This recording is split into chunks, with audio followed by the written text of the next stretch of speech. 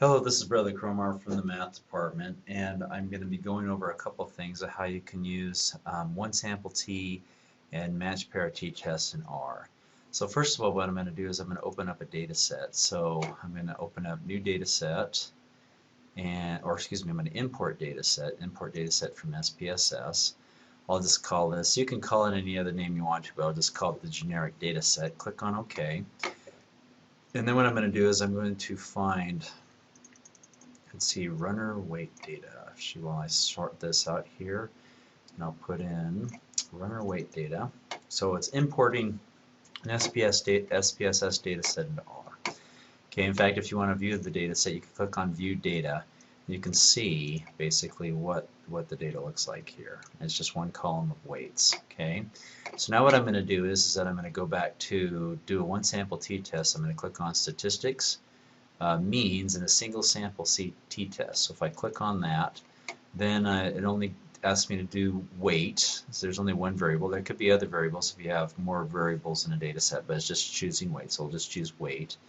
And then the null and alternative hypothesis is where you do a two-sided test versus a one-sided test here. Let's just assume we'll just do a two-sided test. And the null hypothesis we can put in, say, I think it was 59.5 for a certain problem. So we'll just say 59.5 is the null hypothesis. And you can change your level of confidence here. And so when you click on OK, then you can look in your output where this here is your test statistic, this is your degrees of freedom, and this is your p-value. If our level of significance is 0.05, we reject the null. And this is stating here, this is the true mean is not equal to 59.5. It's stating what type of hypotheses that we did there. And here's our confidence interval. And then this is the mean of X, or this is just computing a sample mean. Okay. So the next thing I want to do is I'm going to grab a new data. I'm going to grab or import a new data set. Okay. I'm going to still call it data set, so it doesn't matter. I want to override it. Yes. I don't need to, but I will anyways. So I'm going to pull up another data set, which is the father-son's height data. Okay. And then I double clicked on that, and so when I view the data set, you will see that now I have two columns of information. Heights for fathers and heights for sons. What we're doing here is we're comparing the differences in fathers' heights and sons' heights. And for instance, this first row represented a pair of fathers, a father and a son, and then this second row, and so on and so forth.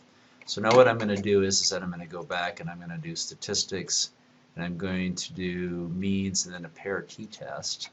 And so what I'm going to do is I'm just going to, there's two choices, father and son. So I'm just going to pick father first, and then I'm going to pick sons next. Okay, and then you have a choice between whether it's a two-sided or one-sided test. We'll just still keep it a two-sided test.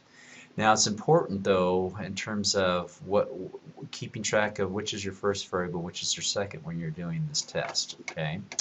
Especially when you're doing a one-sided test here. All right, so then when we click on OK, and then we run it, and then we have, here are our results, where here's our test statistic here, here's our degrees of freedom, and here's our p-value. Okay, and this is stating what type of test we're running.